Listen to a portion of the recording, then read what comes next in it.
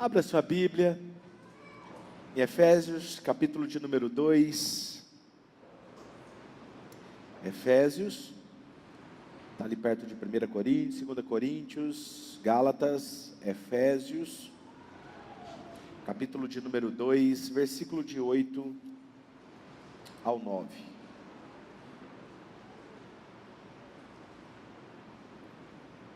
Estamos na quarta parte da nossa série de mensagens, A Reforma Continua, e ao longo dessa série temos analisado os pilares doutrinários que caracterizaram o movimento da Reforma Protestante há 500 anos atrás, que historicamente foi conhecida, como a Reforma Protestante, e temos falado sobre esses pilares, que são conhecidos também como as solas, e o nosso estudo tem revelado que esses temas foram pertinentes e continuam sendo pertinentes no nosso dia a dia de hoje.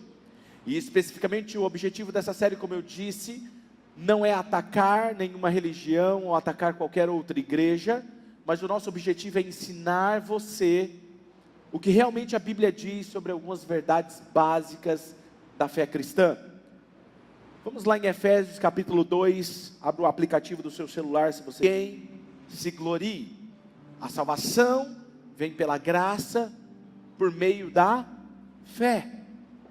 Na época da Reforma, a igreja tinha dentre os seus ensinos mais comuns da época, as obras como um quesito indispensável para a salvação. E a venda do perdão divino, por meio das indulgências, chamadas de indulgências, as pessoas entendiam que elas deveriam fazer algo para que elas tivessem a salvação. Elas deveriam pagar algo para que Deus desse algo para elas. E, em resumo, o homem promovia e financiava a sua própria salvação. A sua própria salvação, ou seja, e isso é preocupante, não é verdade? Porque nós sabemos que a Bíblia nos diz que a salvação é dada por Deus, pela graça. E o que é graça? Graça é favor imerecido. Você não merece, mas Ele te dá. Eu vou repetir, o que é graça? E o que significa favor imerecido? Você não, mas está cheio de gente dentro da igreja achando que merece alguma coisa, ou achando que ele tem que fazer alguma coisa para ele poder merecer o perdão de Deus. Não existe nada que eu e você possa fazer que faça nos merecer esse perdão. A palavra de Deus diz, eu não me recordo agora o texto, mas vai dizer que a nossa justiça perante Deus, ela é como trapos da imundícia. E pior que, essa é a melhor tradução, porque na verdade quando diz trapos da imundícia, é algo muito ruim, e é que não dá para falar aqui, porque é muito horrível a tradução. Depois, se você quiser saber, você pode me procurar no particular. Mas ele está dizendo, a nossa justiça perante Deus é como trapos da imundícia, ou seja, por mais que sejamos justos, ainda assim, nós não alcançaremos a graça como merecimento nosso. Então tem que ser por meio da graça, por meio da fé. E os reformadores, eles combateram durante esse ensino, duramente esse ensino, por ser claramente antibíblico. Antibíblico. Aí alguém vai falar o seguinte para mim: mas pastor, hoje eu não estou sabendo de ninguém que está vendendo salvação por aí. Eu não conheço nenhuma igreja, pastor, que está fazendo algo tão antibíblico assim. Mas ao longo dessa mensagem você vai entender que muitas vezes eu e você estamos caindo nesse mesmo erro. Nós queremos fazer algo para receber algo de Deus. E o apóstolo Paulo afirma categoricamente que nós somos salvos pela graça. E enfatiza no mesmo texto que isso é dom de Deus, ou seja, é uma dádiva de Deus, não é obras humanas. Para que ninguém se glorie dizendo assim: poxa, se eu sou mais espirituoso do que você. E tem umas pessoas que gostam de se achar os mais espirituosos, Tem pessoas que acham. Mas Romanos capítulo 11, versículo 6, olha o que diz no texto de Romanos 11, 6. Romanos 11, 6, projeta para mim. E se é pela graça, já não é pelas obras. E se fosse a graça, já não seria. Vou repetir esse texto, porque esse texto nos diz uma verdade muito clara. Se é pela graça, já não é mais pelo que eu faço. Se fosse pelo que eu faço, a graça já não seria graça, seria lei. E nós vamos ver isso mais para frente. Mas antes de dar continuidade, eu quero que você assista um vídeo. Solta o vídeo.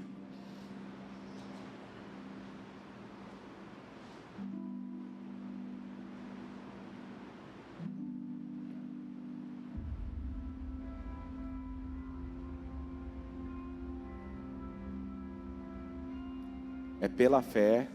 Aquele que é a palavra tornou-se carne e viveu entre nós. Vimos a sua glória. Volta no início, fazendo um favor. Glória como unigênito vindo do Pai.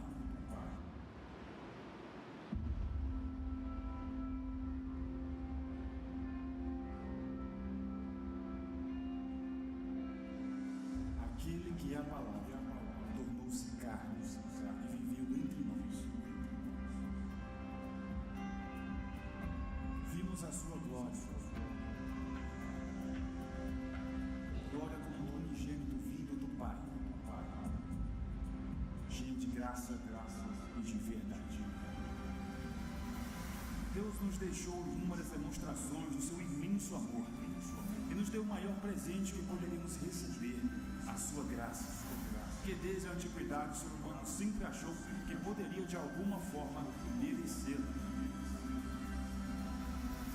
Mas a verdade é que ela é dada mediante o arrependimento sincero. A graça é para toda a humanidade. E está mais próximo que possa imaginar. Lá perto de mim, perto de você, está ao alcance de todo aquele que nele crê.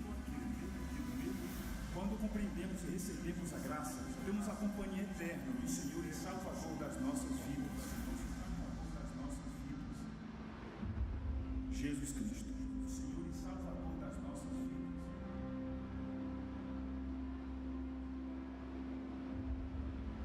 Amém. Ou seja, a graça que está em Jesus. A graça é a generosidade que não merecemos, no qual é dada por meio da salvação. E na prática, a graça divina, ela opera da seguinte maneira: o homem não tem qualquer direito do favor divino, ele não tem nenhum direito. Porém, Deus, em sua bondade e soberania, ele decide conceder ao homem esse favor. E, em outras palavras, você não merece, mas eu vou te dar. Sola gratia significa que não há nada que possamos oferecer a Deus para obter a salvação.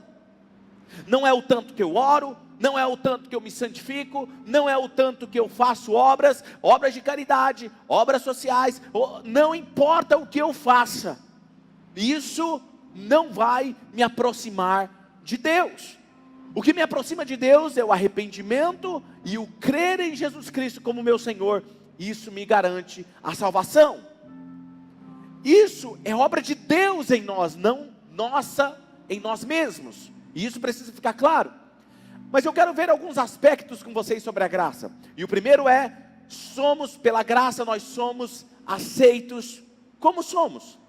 Por isso que nós sempre falamos aqui: venha como está. Jesus, ele escandalizou muitos religiosos da época em seu tempo por aceitar aquilo que a religião excluía na sua época. Aquilo que a religião não aceitava, Jesus aceitava. Jesus caminhava com eles. A religião da época dizia: olha, alguém que sofre de um fluxo de sangue não pode tocar em ninguém, porque no dia que ela tocar, essa pessoa se torna maldita ou amaldiçoada.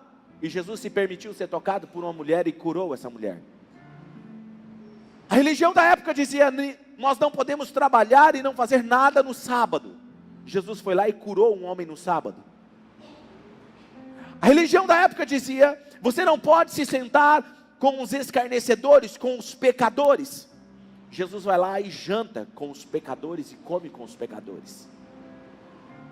Naquela época a religião dizia assim: olha, uma prostituta jamais deve se aproximar de um homem sério que guarda a lei e tocá-lo. E Jesus permite que uma prostituta venha e toque os seus pés, e lave os seus pés, e enxugue com os seus cabelos. Jesus fazia aquilo que a religião dizia ser ao contrário. Em Marcos capítulo 2, versículo 16 e 17 diz: quando os mestres da lei, que eram fariseus, o viram comendo com pecadores e publicanos, perguntaram aos discípulos de Jesus: por que ele come com publicanos e pecadores? Ouvindo isso, Jesus lhes disse: não são os que têm saúde que precisam de médico, mas sim os doentes. Eu não vim chamar o quê? Os justos, mas os pecadores. A história da Bíblia Sagrada se revela um Deus que aceita o homem por causa da sua graça, não por causa do seu merecimento. Caso isso não fosse verdade, a Bíblia seria um livro de personagens humanos, perdão, não seria um livro de personagens humanos, seria de personagens angelicais. E por isso que algumas pessoas falam assim: mas a Bíblia é escrita por comedor de feijão. Não é isso que as pessoas costumam dizer? É óbvio. É óbvio, eu prefiro acreditar em alguém que vive como eu, do que alguém que dizer que um livro foi escrito por um anjo. É óbvio que Deus quer mostrar, mas você fala assim: mas na Bíblia relata tantos pecadores, por exemplo, Davi, segundo o homem, segundo o coração de Deus, adulterou, matou. Eu acho que Deus, ele faz questão de mostrar isso na palavra, que ele ama pecadores, não pessoas perfeitas, porque nós nunca seremos perfeitos. A história da redenção contou com homens e mulheres que jamais poderiam ser aceitos por critério humano, ou critério de Deus, mas eles foram, por causa da graça, aceitos. O momento do seu chamamento, estavam desqualificados em aspecto moral. Se não, vamos ver alguns, por exemplo, Abraão. Quem era Abraão quando Deus chamou Abraão? Abraão era idólatra, e Deus chamou ele sendo um idólatra. Quem era Jacó? Jacó, não sei se você sabe, Jacó era um enganador, e Deus chamou ele um enganador. Moisés, quando Deus chamou Moisés, Moisés era um assassino. Davi era um adúltero. Jonas, um egoísta. Pedro, um descontrolado. Tomé, um cético. Zaqueu, um publicano. Sabe o que era ser publicano, querido? Publicano era o nome dado aos coletores de impostos das províncias do Império Romano. O seu povo tinha eles como traidores. Deus vai lá, janta com Zaqueu, come com Zaqueu e chama Zaqueu. Se não fosse a graça, nenhum deles teria sido aceito. Mas nós dentro da igreja, nós queremos mostrar um aspecto de santidade.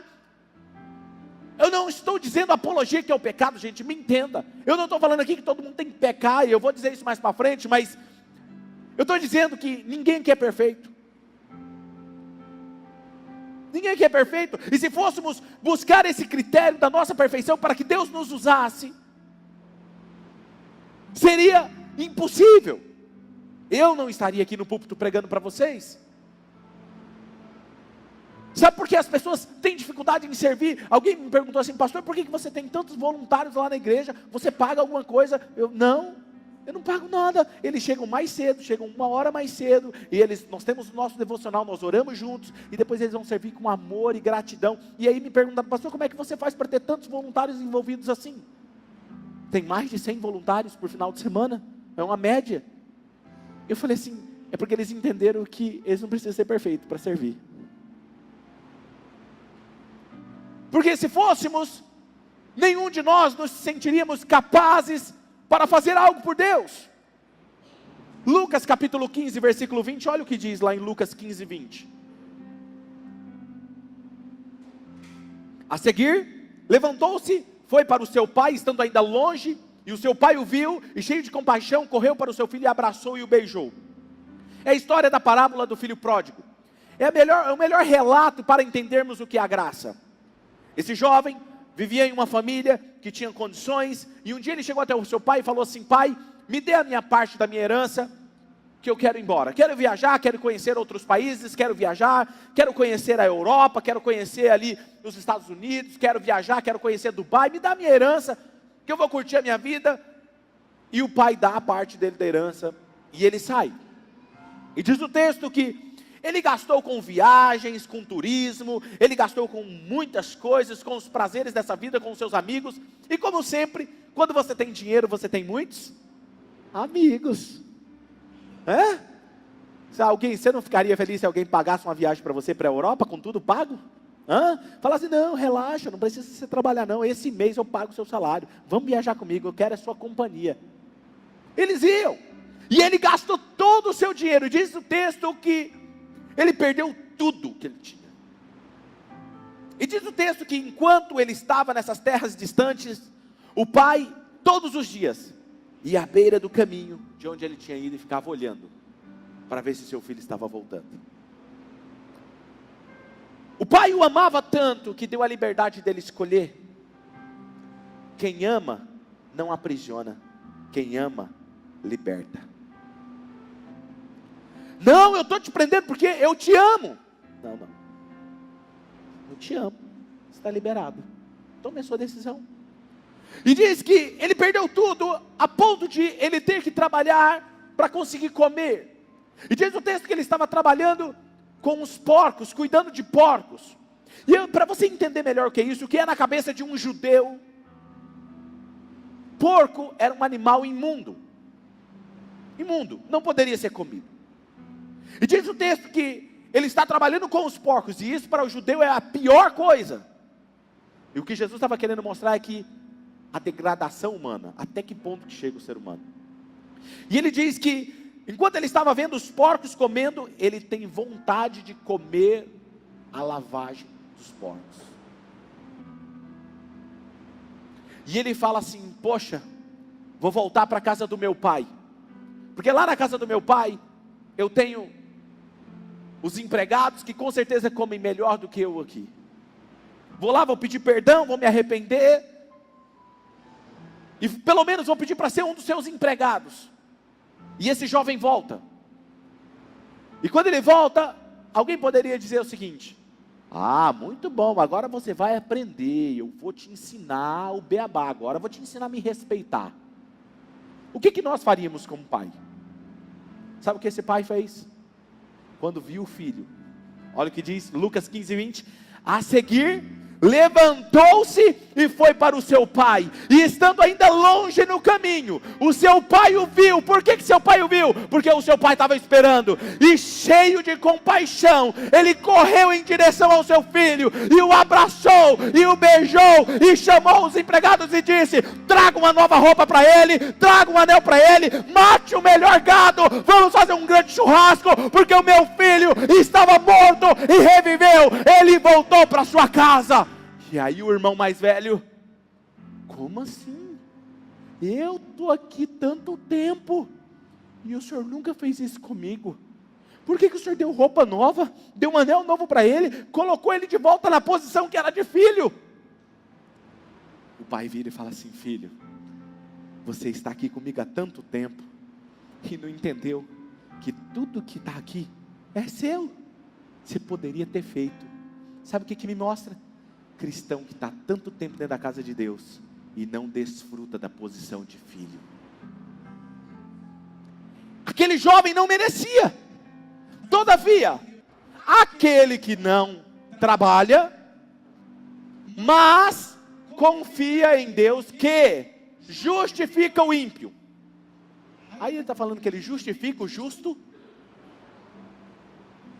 O que é justifica? Para você entender o que é justificar.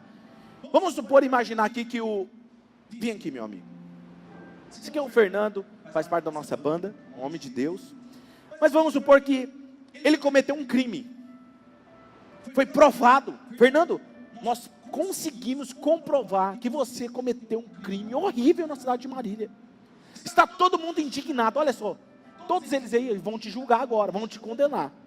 E não tem o que eu faça como seu advogado para provar o contrário. Porque tudo que eu falar, todos os argumentos que eu usar com eles, eles têm uma prova que vai refutar o que eu estou falando ao seu favor. Ou seja, você está condenado. Não tem mais o que ser feito. Justificar é Jesus entrar em cena, torna ele justo e assume o lugar dele. Pode sentar. Aí quem fica no lugar dele? Jesus. Justificar é tornar o ímpio, o pecador, justo, e Jesus assumiu o lugar dele. O texto está dizendo, aquele que não trabalha, mas confia no Deus que justifica quem? O ímpio, porque a sua fé lhe é acreditada como? Agora, eu quero pensar um pouquinho com vocês sobre isso. Vamos lá então, isso aí mexe comigo e com você. O primeiro trabalhador que vem receber porque trabalhou, ou seja, eu trabalhei, então eu vim receber. A Bíblia chama isso de lei. Lei. Por que a lei? Sempre que quando fala a lei, está se referindo ao Antigo Testamento. A lei. O trabalhador que não trabalhou, mas ele veio receber.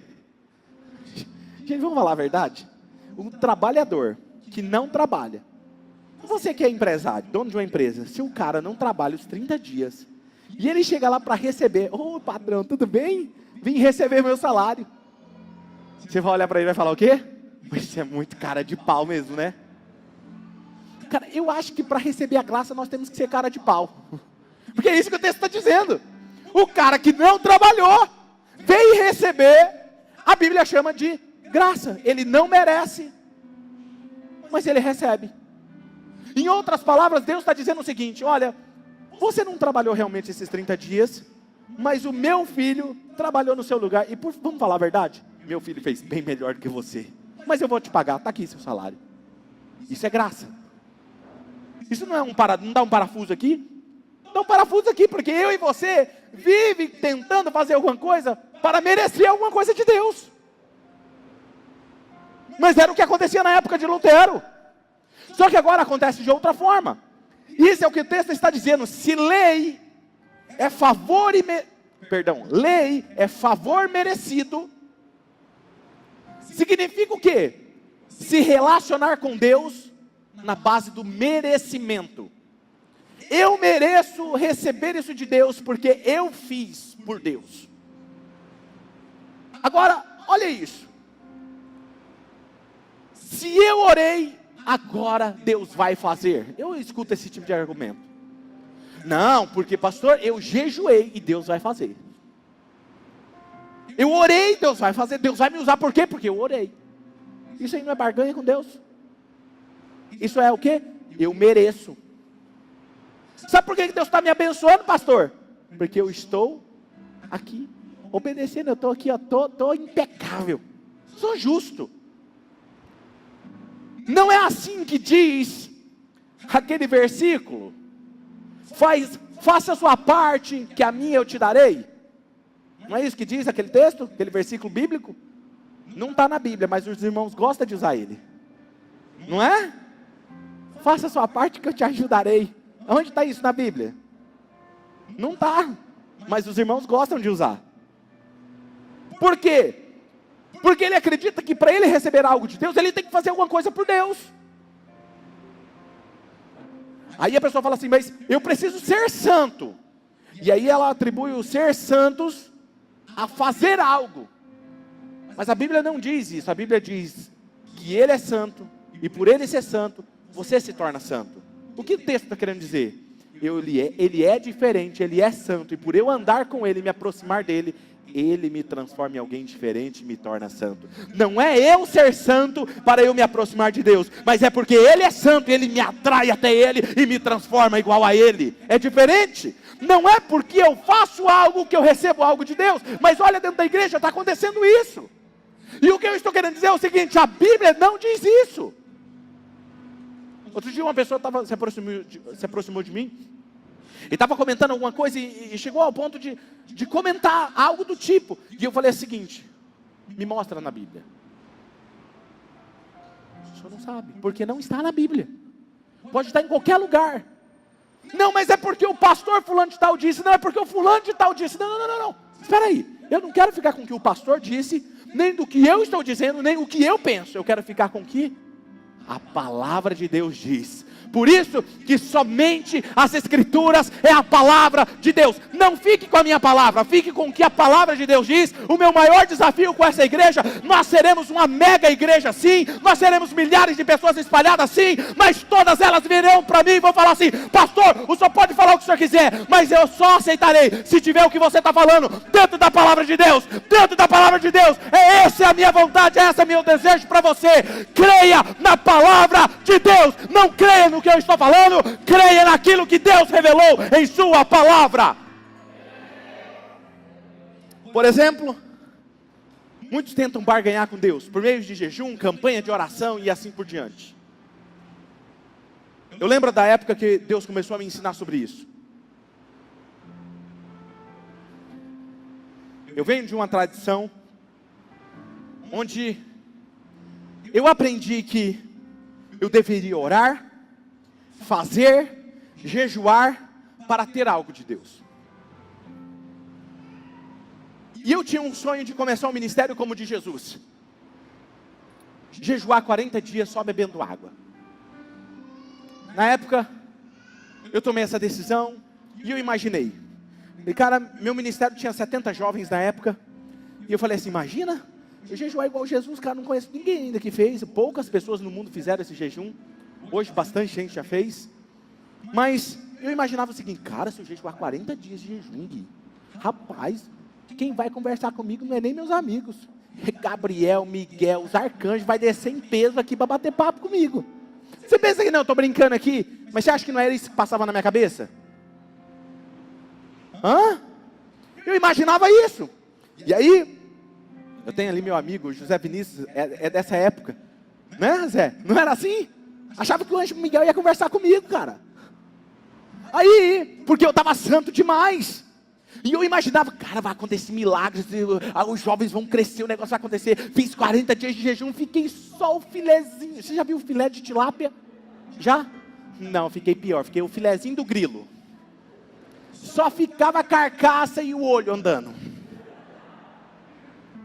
E aí, todo espiritual andava quase flutuando, né? Mas era de magreza, não era de espiritualidade. O que aconteceu quando terminou? Nada. Não aconteceu nada. Não vi milagres, não vi anjos, os jovens não cresceu. Falei, mas é porque eu devia estar muito carregado de pecado, né? Vou fazer mais um.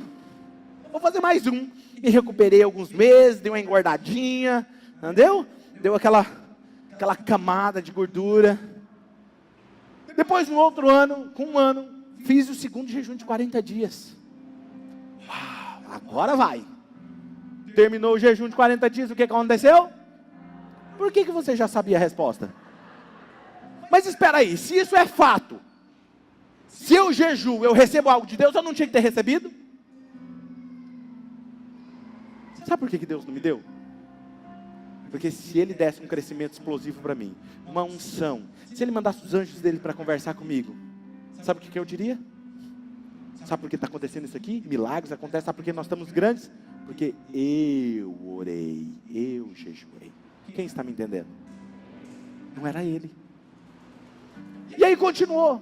E um dia eu sabia que eu tinha que orar, então o louvor estava acontecendo, e eu orava muito durante o dia, e orava depois, antes, enquanto estava acontecendo o louvor, eu ficava lá atrás da projeção, orando. Quando falava, vamos ouvir a palavra, eu subia, pegava o microfone e ia pregar. E eu fazia isso todo culto. E eu em crise. Estava desesperado, porque eu falei, cara, o que está acontecendo? Deus falou assim, para, que você está fazendo tudo errado. Você já tomou uma bronca de Deus? Uma bronca com amor? Para, você está fazendo tudo errado. Eu levantei. O menino birrento, também não vou orar mais. E Deus me disse o seguinte, filho, você está fazendo tudo errado. Puxa ele a glória para mim, fazendo favor. E aí eu falei, mas Senhor, mas por que eu estou fazendo errado? E eu lembro como se fosse hoje, a imagem está muito gravada dentro de mim. Estava alguns gatos pingados assim na igreja, vazios. Tinha menos gente do que aqui hoje. E 2 jovens entrando. O povo desanimado, cantando. Deus me falou assim, filho, por que você ora tanto? Eu falei, porque eu quero que multidões entrem por essas portas. Eu quero ver coisas acontecendo extraordinárias. E ele falou, está errado. Filho, por que você jejua? Eu falei, porque eu quero ter unção na minha vida. Eu quero jejuar porque eu quero ver milagres aqui no nosso meio. Ele falou, está errado, filho. Eu falei, então me ensina, porque foi isso que eu aprendi. Ele falou, filho, você deve jejuar para mortificar a sua carne e te deixar sensível à minha presença. Você deve orar para ter um relacionamento comigo. E pelo fato de você andar comigo, os milagres acontecerão, as multidões virão, não pelo que você fez, mas porque eu ando com você. Uau, mudou, aquela carga saiu de cima da minha escola. Eu falei, cara, por que você não me disse isso antes? Era mais fácil.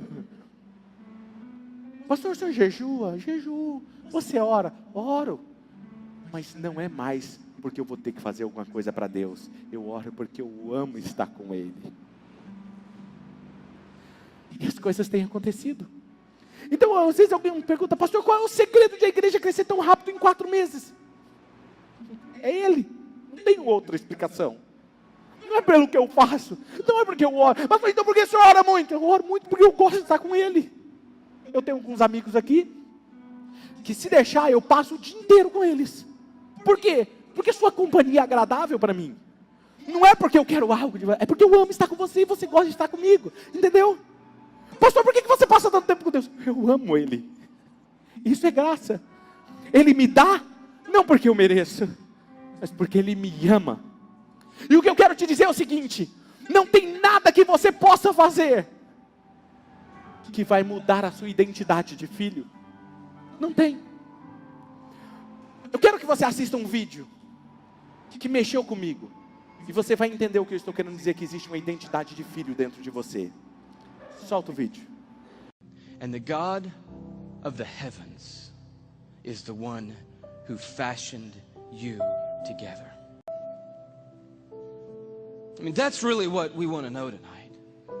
And I'll tell you how you can know tonight that God will always hold you together, no matter what. It's by looking a little deeper into the human body, and it's a little protein molecule called laminin. Yeah, that's about what I felt the first time I heard that. Long story short, the tour was winding down. Last time around, we were in Tyler, Texas. The night was over. A guy walks up to me. I wish I could tell you the whole story. It was so of God. Introduces himself to me, says, how are you doing? I just wanted to say hello. I said, it's nice to meet you. He says, you guys winding the tour down? Where are you going to go from here? I said, well, I'm on my way back home to Atlanta, Georgia. He said, well, what's next for you? I said, I'm going to be preaching the next 2 Sundays for my pastor back in Atlanta. He said, oh, cool. What are you preaching on? I said, well, the series is on the glory of God in the human body.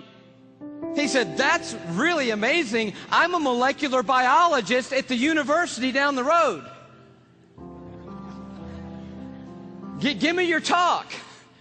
And I was like, oh, wow, I wasn't quite yet ready to unload the talk for a molecular biologist. So I kind of stumbled through what I had, and he's kind of being kind and gracious and like, that's good. And then he says, well, what's your big left hook? You got to have a left hook, a big finish, right? I said, I don't have a left hook yet.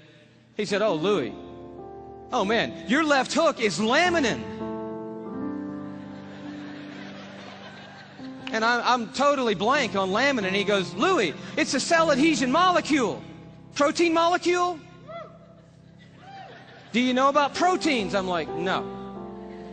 He said, Louis, cells organize into certain molecular structures, and that determines what protein there are. There are between 10 and 60,000 proteins in the human body. We don't even know how many proteins are in the human body. But one of them is a cell adhesion molecule. It's organized into this certain structure, and that tells the cell what its job is in the body.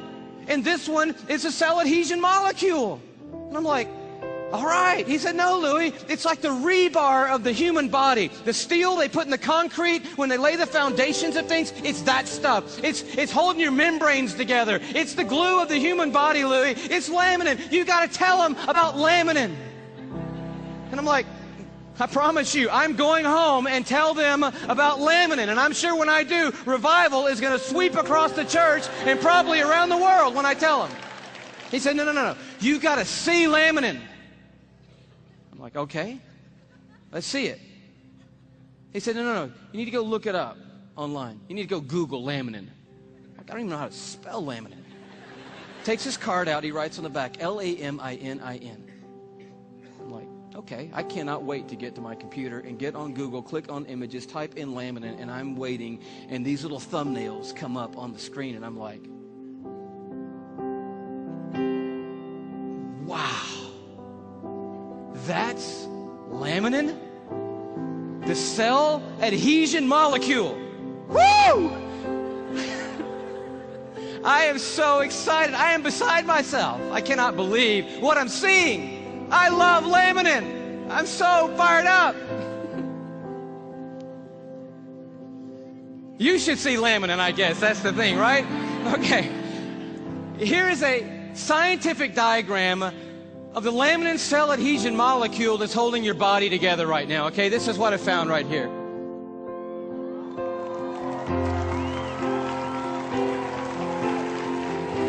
No, come on, that's crazy. That's just crazy. I just can't believe it. I emailed that guy back so fast, I'm like, wow, wow, wow, wow, wow, what in the world? He said, you want to see an actual laminin molecule? I'm like, oh no, man, the diagram was cool for me. I'm happy with that. Don't bother sending anything else. I'm like, yes!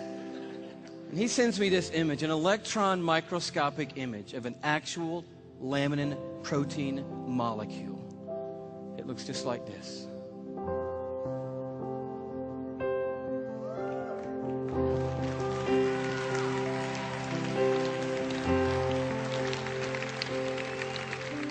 I'm like, how crazy is that?